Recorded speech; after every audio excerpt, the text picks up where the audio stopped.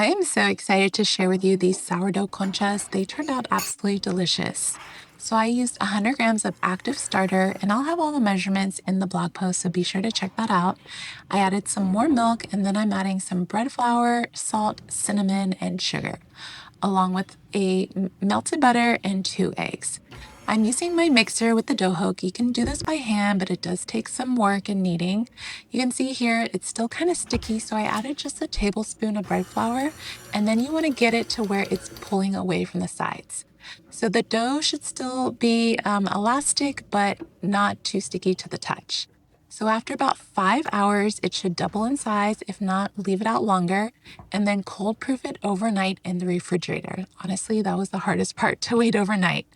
And then I'm just gonna roll it out into a smooth, even log so I can go ahead and portion out my concha dough. I am using a scale just so I can get equal measurements. You can totally eyeball it, but honestly, I love that I can have the same amount of dough for each concha. So I want to measure out just about 85 grams. Roll the concha dough into a nice tight ball and then place it on a greased baking sheet while we make the sugar topping. You want to have some softened butter so it's easier to mix. Add some powdered sugar there. Once that's combined, some cinnamon and some vanilla extract. Mix that together, and then we're going to add some flour as well.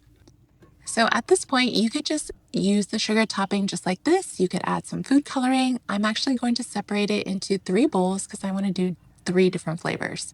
So the first one, I'm doing chocolate. So I'm just adding some cocoa powder and giving that a mix until it's well combined. And then I'm going to do some matcha. I just love the green color, and personally, I love the taste of matcha. I started mixing it with my hands because it was so much easier.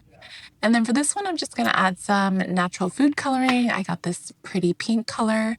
So I just roughly divided them, and then I just kind of weighed them just to make sure they were all uniform.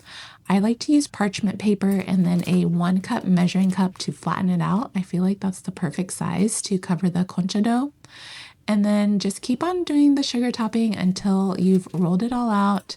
If you don't have a measuring cup, you could just do a heavy dish, or even a tortilla press works as well. Isn't that green color so pretty? I love the way these turned out. Okay, so now I'm going to score them, or you can use a concha cutter, which already has the shape on there, or you could let them proof and then score them once they've already proofed. Mine kind of had some gaps in the middle because once they proofed, they kind of spread out too much. So at this point, I'm going to let them proof for about 2 hours or until they double in size. So this is the gaps that I was talking about, but honestly, they still turned out really good. And then I baked them in a 375 oven for about 20 minutes. You want the bottoms to be cooked all the way, and then just to have a nice golden crust. These turned out so soft.